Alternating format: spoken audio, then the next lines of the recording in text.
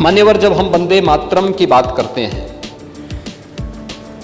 तो वंदे मातरम हम सब के लिए केवल एक गीत मात्र नहीं है। यह हमारे देश के अंदर स्वतंत्रता संग्राम की चेतना, उसका उद्घोष और भारत के क्रांतिकारियों के साहस का एक मंत्र है। मान्यवर, ये केवल एक गीत की वर्षगांठ नहीं है,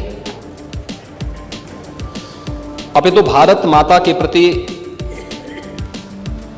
हमारे राष्ट्रीय कर्तव्य, सम्मान और सांस्कृतिक चेतना के पुनर्स्थापना का एक ऐतिहासिक अवसर भी हम सबके सामने है। वंदे मातरम का सम्मान न केवल एक भावनात्मक अभिव्यक्ति है, अपितु हमारा अपने संवैधानिक मूल्यों के प्रति राष्ट्रीय कर्तव्यों का बोध भी हम सबको कराता है। यह राष्ट्र की आत्मा,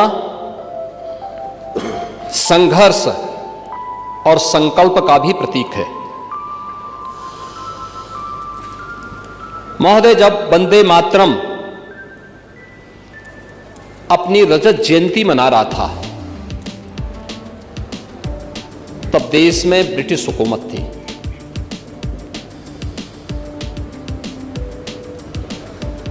उस समय वंदे मातरम की रचना जब की गई थी, यह वह कालखंड था जब भारत की प्रथम स्वातंत्र समर की विफलता के बाद बौखलाया हुआ ब्रिटिश हुकूमत दमन और अत्याचार की पराकाष्ठा पर पहुंच चुका था। यातनाएं दी जा रही थी। ब्रिटिश काले कानून के माध्यम से भारत की आवाज को रौंदा जा रहा था। लेकिन जब यह देश इसकी रजत जयंती मनाता है,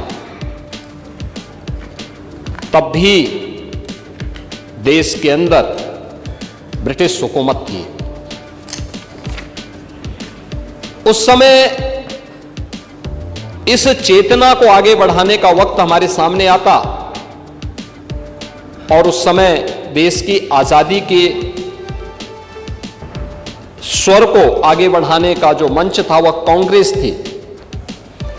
कांग्रेस ने 1996 में कांग्रेस के अधिवेशन में पहली बार गुरुदेव रविंद्रनाथ टैगोर ने इसे 1896 में अपना स्वर प्रदान किया था और यह पूरे देश के लिए एक मंत्र बन गया था। लेकिन जब यह देश वंदे मातरम की स्वर्ण जयंती मनाता, तब भी देश के अंदर ब्रिटिश हुकूमत थी।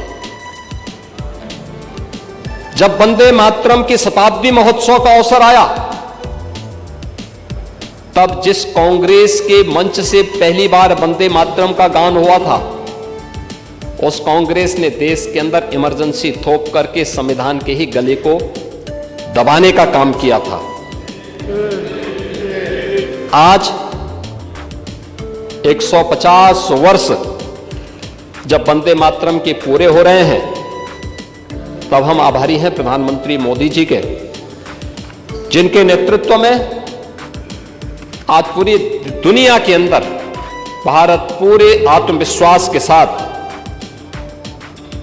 एक विकसित भारत की संकल्पना के साथ आगे बढ़ा है। और इसीलिए जो सपना था इस गीत के अमर रचयिता बंकिम चंद्र चट्टोपाध्याय का, वह सपना आज के एक भारत श्रेष्ठ भारत की संकल्पना के जनक भारत के यशस्वी प्रधानमंत्री मोदी जी के नेतृत्व में नया भारत उन सपनों को साकार करने की दिशा में आगे बढ़ा है। इसलिए यह चर्चा इस सदन में अत्यंत सामयिक है।